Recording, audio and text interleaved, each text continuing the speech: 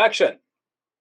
Hi, everyone. I'm Beth Johnson, and with me, as always, is scientist Franck Marchis, and this is the Grudge Report, SETI Institute show following Star Trek Discovery's latest episodes. Spoilers abound, so if you haven't watched the most recent episodes, turn back while you still can. We're still one back from the season finale and the penultimate episode of season 3, so we're a tiny, tiny bit behind. Stay tuned with us here. All right, Franck, what did you think? Well, this episode didn't have a lot of science, like new science. I mean, they are on a planet with a lot of dilithium. We knew about that already. They're going to see the Federation headquarters. We have seen this already. So everything is kind of similar. There is no real new science. However, there was some interesting scientific discussion to have. I would like to talk especially about the conversation between the two scientists. Right. Okay. So, just to give everybody a quick rundown, in the previous episode, we were in the Verubin Nebula. We had met Su'Kal, the Kelpian, and discovered that that was the origin of the burn. And now Osira has showed up, and she has taken over Discovery and has taken it back to Federation headquarters and gets there and manages to manipulate her way in, well, trick her way in, really, mostly because the Admiral is afraid that destroying Discovery will kill the crew. And basically, Osira wants to go in and she wants to declare an armistice. She has come in with an armistice agreement and she's meeting with the Admiral on behalf of the President, and they are trying to negotiate this very tenuous sounding peace agreement.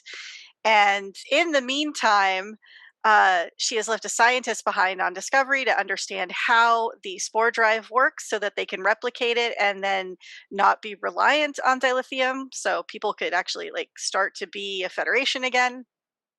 And in the meantime, the bridge crew is plotting to take back the ship. Burnham and Booker have crashed into one of the cargo holds in one of the bays, and Burnham is secretly trying to rescue everything, and Booker's trying to get himself captured, and Grudge is apparently locked away safely, so yay for that. So it's just kind of that. It definitely has that feeling of a penultimate episode, right? We're leading into the season finale and all the things are happening. So the main thing that was science-y for us, for you and I, was this discussion between Stamets and Aurelio, who is the scientist, a human scientist in an upright wheelchair. So that's fascinating to begin with. Who is trying to understand how the spore drive works. And he actually makes a lot of really amazing leaps as to what Stamets' role is in using the drive, right? It's, you're symbiotically connected to it. It's changed your DNA, like all these things that we understood going into the previous season. This guy figures it out, but there's a really interesting discussion, as you point out, between the two of them, sort of who's on the right side. The right side, yeah. Yes, so Aurelio is an interesting character, but he seems to be the greatest scientist in 3 sectors. That's the way Osira called him. She's good, by the way. She's a very good politician because she knows that the best way to talk to a scientist is to flatter his ego. She did that very well with him. She wanted to get a straight answer, so she basically gave him first like this great title, and then she asked him to describe what the progress he made. And that's the way we found out that he basically reverse engineered quite well the mycelium network and the way the spore drive works. However, he still has some issues to really truly understand how to get the DNAs, how the connection between the DNA and Stamets. That's something I think it's missing. And Stamets keeps making the assumption that Aurelio is going to torture him or kill him to get to the DNA. And I think that takes him a bit kind of surprised because he has no idea what's going on, in fact. So this is typical, I think, in the world of science. We have those scientists who are maybe extremely competent and genius, and you give them money to work on problems, and they're very happy to work on them. He mentioned, for instance, the fact that one of his big discovery when he was a junior scientist was this pesticide that has been used later on to kind of enslave the Quasian planet, basically. Right, which is Booker's planet. Yeah, and he had no idea about this. And Stamets is basically telling him, you do realize that your work has been used by Ozara and by the Emerald Chain as a way to enslave an entire population, to kill species on planets. And for him, that was kind of, he had totally ignored this part of his work. He was super proud of the work he did. Right. It was definitely science with the blinders on. Exactly. Just head down, analyze, report back, and don't care what happens after that. And when Stamets basically telling him what happened, the slavery, for instance, the fact that he went to some of these planets, he saw it in action, Aurelio tell him, well, it's an overstatement. You basically made it up, losing completely all scientific, very scientific attitude. Right. So the reason I want to talk about this is because we often see scientists as people like him, like Aurelio. Mm-hmm. Scientists are generally, we imagine that scientists are people who are completely isolated in their labs, doing things because we give them some money or politicians tell them we need to work on that. Science is not like this anymore. Scientists are connected to the world, most of them. Right.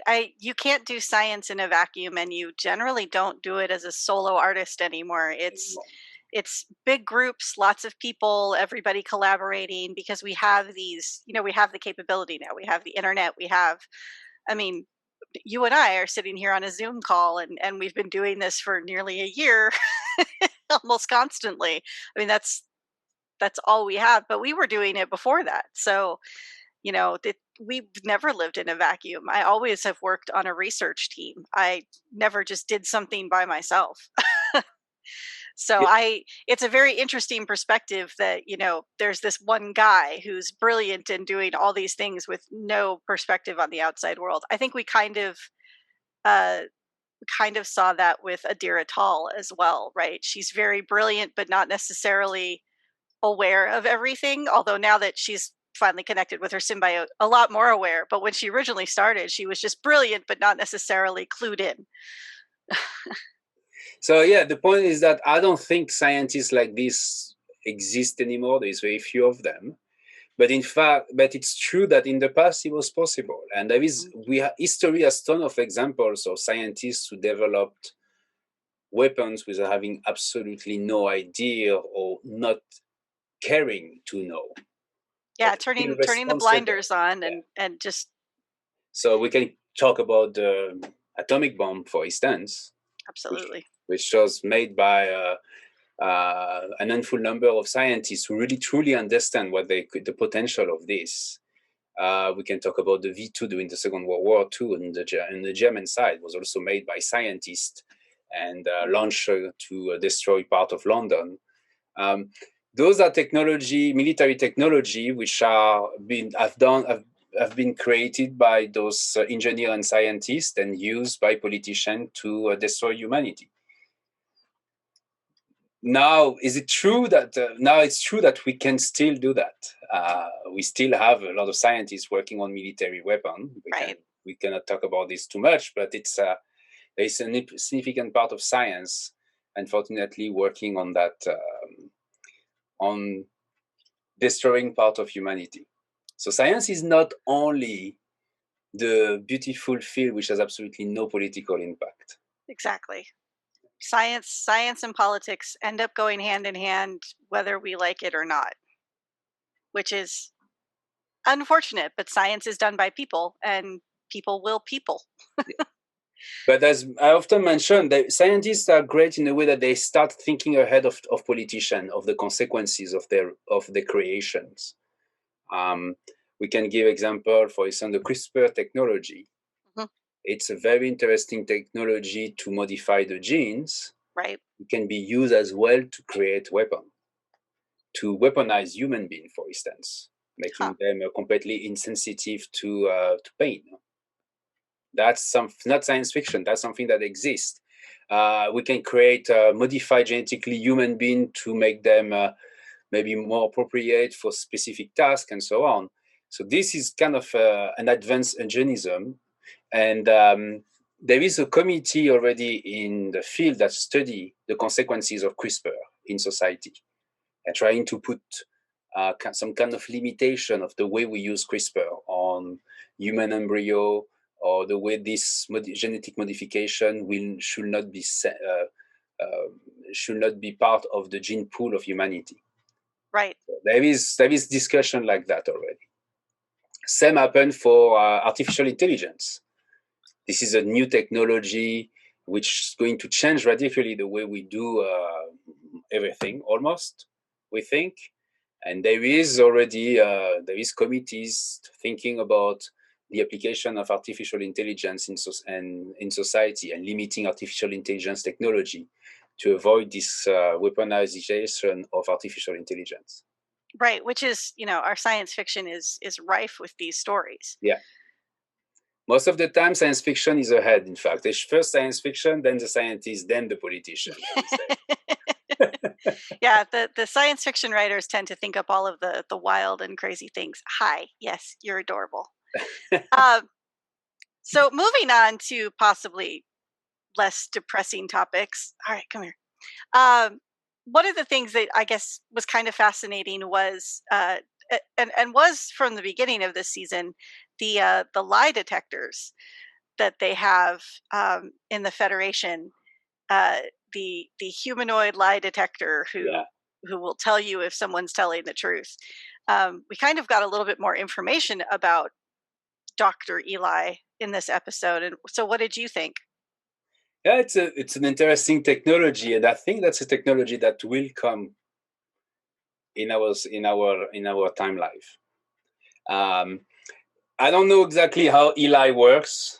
Maybe you pay more attention to me about it, but it seems to be some kind of AI that analyzes the way people talk and the visual appearance and the facial tics or motion and heart body rates, motion to whatever. be able to detect if you're lying or not.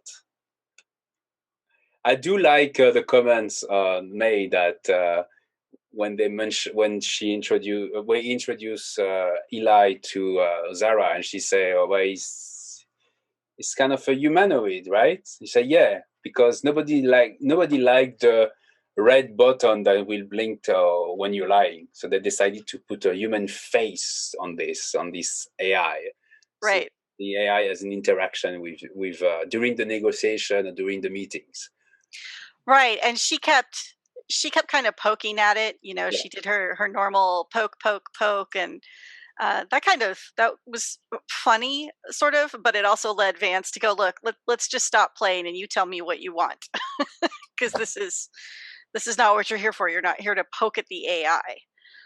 But you think that we're going to have this? I mean, I know we have lie detectors, but we don't have them quite that sophisticated. Yeah, we have lie detector based on the electrical patterns in the body, if I remember properly. But this is kind of a technology based on imaging, I'm assuming, this Eli. So you can imagine now we have ton of movies and pictures or videos of people talking, right? Mm-hmm. And now we know if they were lying or not. Well, so what it train. I guess he can detect, and this is taking a quote from Memory Alpha, which is a quote from the show, anomalies as small as aberrant protein coding in your neurons. So I guess he's got a full range of physical scanners going on there that can detect all the different things in your system. So if your heart rate jumps, or you perspire and no one sees it, or there's a tick or anything, I bet he's designed to be hyper aware of that stuff. Yeah. So something I wanted to say is that most people don't realize that to have this kind of technology, AI-based technology, machine learning-based technology, you need to have a lot of data to train the algorithm. And what I wanted to say is that the reason AI is taking now is booming is because now we have the data to train the algorithms. So basically, if I wanted to train an algorithm to detect if someone is lying or not, based only on videos, okay, I'm not going through the neurons pattern and all of this. I will make an AI that watch all the YouTube videos or speeches and negotiation, etc., Mhm. and label properly when someone is lying, and I know that a posteriori, and Mhm. the AI will basically we may be able in the future to detect from this training set if you are lying as well. And that's pretty much how we do machine learning now, Yeah, right? We have to teach it first. You can't just write a machine learning code and go. You have to give it a sample that it learns from, and then it can be applied to other samples. that's correct. Okay. And I know, like, you've also seen, if you're on Twitter or Tumblr or all kinds of different places, you can find AI written tweets and scripts, and where they've fed a whole bunch of scripts into something, and some of them are jokes, some of them are really done that way, but they can be pretty interesting because you start to see that the AIs can only interpret so much. Yes, it's kind of limited always. Right. We are an amazing machine because we probably learn the same way that an AI learn, by mistakes and by analyzing a lot of patterns, and then we finally learn. And it's amazing. We have a brain which can adapt to all of these capabilities. We have Mhm. not yet creating a machine capable of doing this. No, the human brain is still the most amazing machine. Yeah. All right. So the last thing I know you wanted to talk about was another interaction between Osira and Vance. He's provided her with a layout of food, and she's complaining that the apple doesn't taste good. Yes. It doesn't taste like a real apple. And Vance, cheekily explains that these are made basically from recycled human waste. We're being polite. That's not how it was stated on the show, but we have to be polite here. We're professionals. So I know that there are things that are recycled on the International Space Station. Obviously, you have to. You can't grow your own food. You can't produce your own. Well, you produce water, and I know that water is one of those things that is recycled on the space station. So, did you learn anything about how this recycling of human waste can work? I know it seems to be already be theories on it, and that like people are working on it. So, what did you find out? Anything interesting? This is really not my field. So what I found is basically what I read in articles. But yeah, humans produce 500 liters of urine per year and 50 liters of feces. So that's a Mhm. lot of material, right? So It when you are is. in the International Space Station, that's also the case. We don't know yet how to recycle human waste and make them transform them into an apple. That's Right. not yet something we know how to do. The way we could do that is by growing an apple tree. That's the beauty of nature. Nature has found how to do this, but we don't know yet how to do it. For water, the International Space Station recycle all its water, all the Hmm. wastewater. So the used water, the dirty water, is basically captured, Right. recycle, filter to be clean, and then they recycle it by a chemical process Hmm. to be reused. So what the astronauts drink is recycled water, in fact. Exactly. And in fact, a lot of countries in the world, you do drink recycled water as well. In Europe, most of cities have a recycled water system as well. I don't know here in the US, but it's the case in most of Europe. So that's called a closed loop system. Hmm. But there is water brought also regularly to the International Space Station. Right. It's included in their Yeah. supply runs. There's always a leak. The water is not perfectly recycled, so there is always some part of water which is lost. It costs $83,000 to recycle per gallon to recycle this water. Oh wow. Not something cheap. And that's something that in technology that's been developed for space has been used as well in countries, in fact, where access to drinking water is difficult. So this technology we develop in space can be used on Earth. Oh, good. One more thing that we've done for space that helped humanity and not just Tang. So when we talk about setting up space stations and bases on other bodies like the moon and Mars, this is a problem we have to solve, right?